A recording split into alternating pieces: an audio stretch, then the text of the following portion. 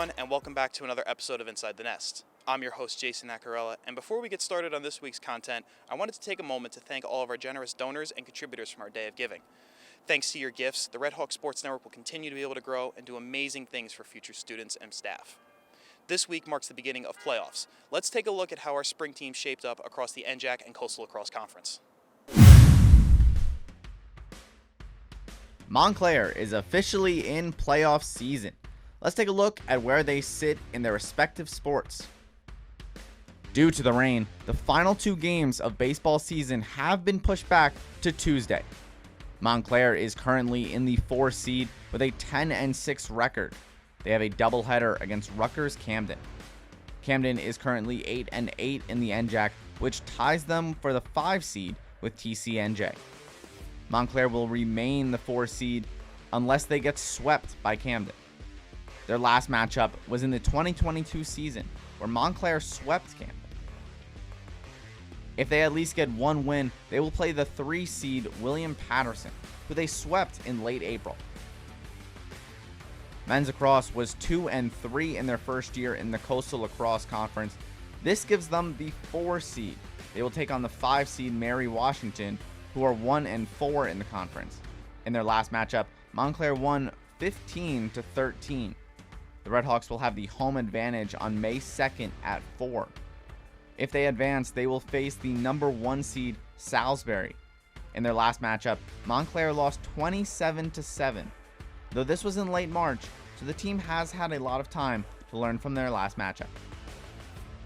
Sadly, softball's 6-12 NJAC record and women's lacrosse's 1-4 had them both come up just short of making the playoffs.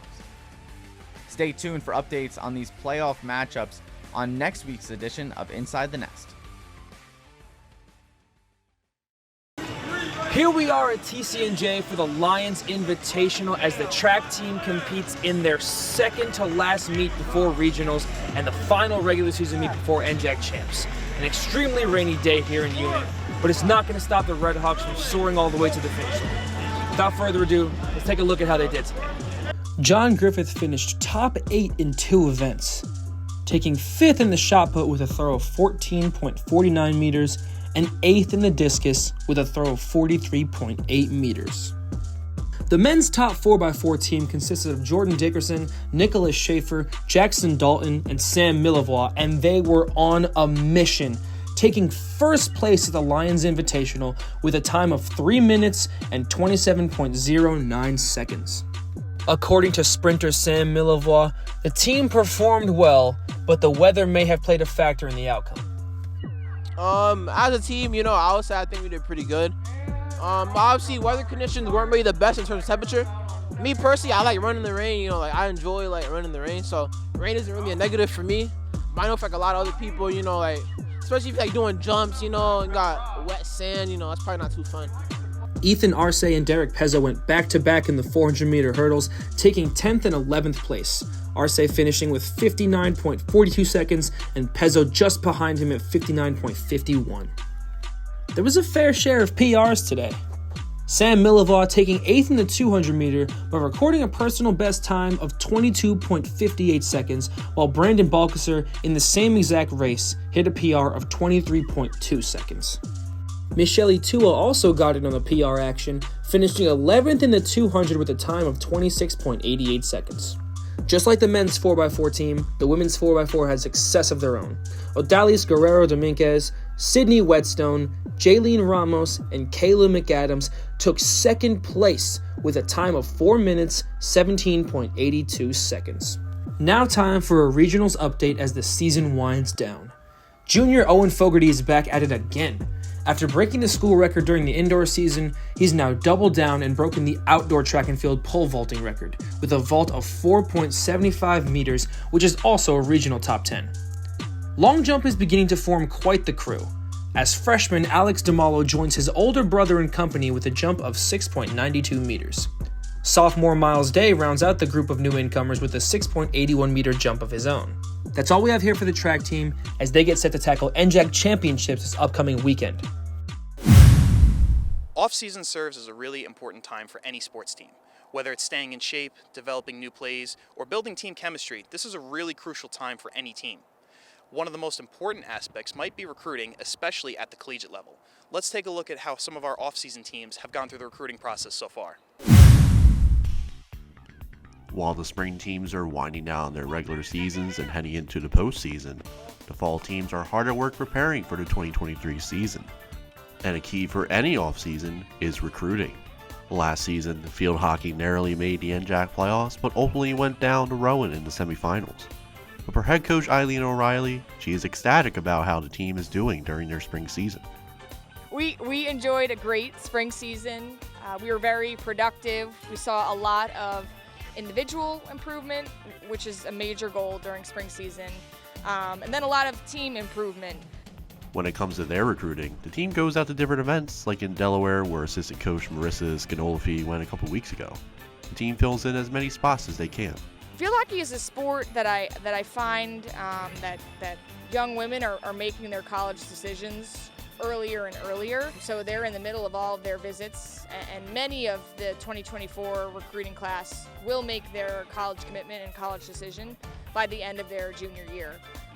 So it's very progressive in that sense. Staying on Sprague Field, football is looking to improve from their 2-8 season in 2022 with no wins in the NJAC. But with newly named head coach Mike Palazzo at the helm, he is also happy with what he is seeing in the spring. Practice has been going well. The guys are working real hard. They're putting the time in. Can't say how much improvement we've had from last fall until we get there in September, but I think the guys are trending in the right direction. Palazzo, who was a recruiting coordinator with the Redhawks for multiple years, knows a thing or two about how the whole process works. He also tries to fill in wherever he can in terms of positions and needs, but with a lot of players staying, Palazzo has his work cut out for him.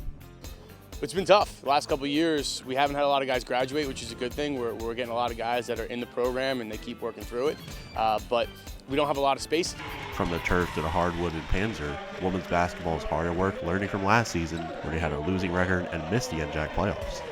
Assistant coach and recruiting coordinator Katie Sire is not only excited to see familiar faces back working out, but also some faces we didn't see a lot of last season.